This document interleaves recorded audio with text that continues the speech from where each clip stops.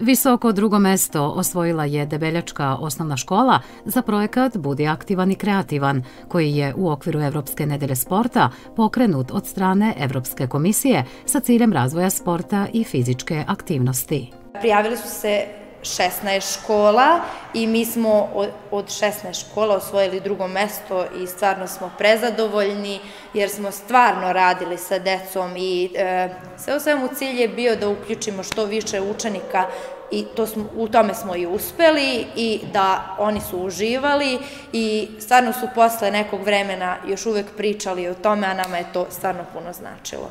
Projekat je realizovan u oktobru i obuhvatio je 5 kako sportskih, tako i obrazovnih aktivnosti. Učestvovali su svi učenici ove škole, njih 310.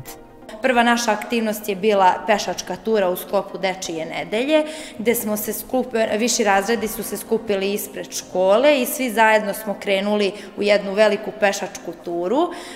Prvo smo obišli sportski centar Spartak u Debeljači, nakon toga smo išli prema Vašarištu gde smo obišli naš etno restoran, etno salaš, nakon toga kroz Vašarište smo otišli do Debeljačkih jezera, tu smo imali jednu kraću pauzu i nakon toga se vratili do škole. To nam je bila prva neka veća aktivnost za više razrede.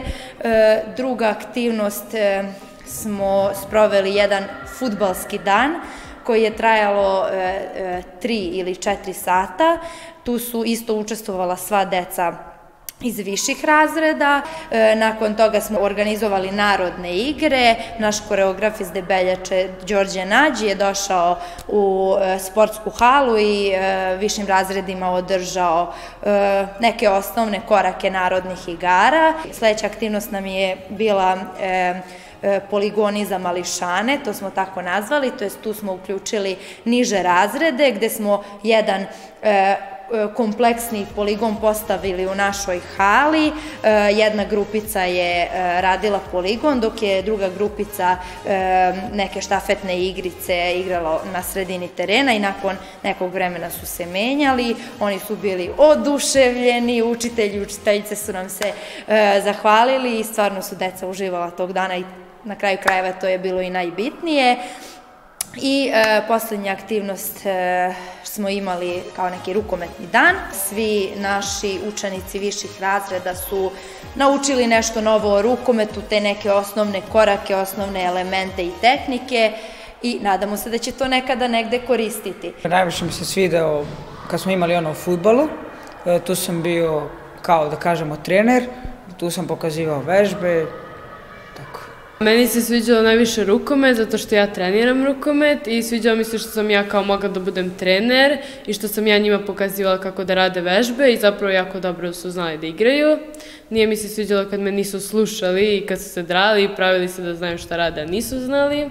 Jako mi se sviđalo što smo šetali kroz Debeljaču i što smo osvojili drugo mesto, jer je to jako kao wow za našu školu. Nagrade ćemo dobiti krajem januara, početkom februara. Danas smo dobili mail da napišemo koje stvari su nam neophodne, mi smo to napisali, nadamo se da će šta god da dobijemo, mi ćemo biti zadovoljni. Kreativnost i originalnost i broj uključenih učenika u ovaj program bili su glavni kriterijumi u izboru najboljih. Deo projekta bila je i izrada filma gde su prikazane sve aktivnosti. Želela bih još da napomenem da smo ovaj ceo projekat organizovali detaljno i realizovali moj kolega Balog Jandraš i ja i za to sam posebno ponosna. Naravno imali smo podršku i od roditelja i od škole jer je ovo bio jedan kompleksniji zadatak i potrebno je bilo i da se deca puste sa nekih određenih časova ili ranije da se škola završava tog dana. Na kraju krajeva bi se još zahvalili radio televiziji Kovačica.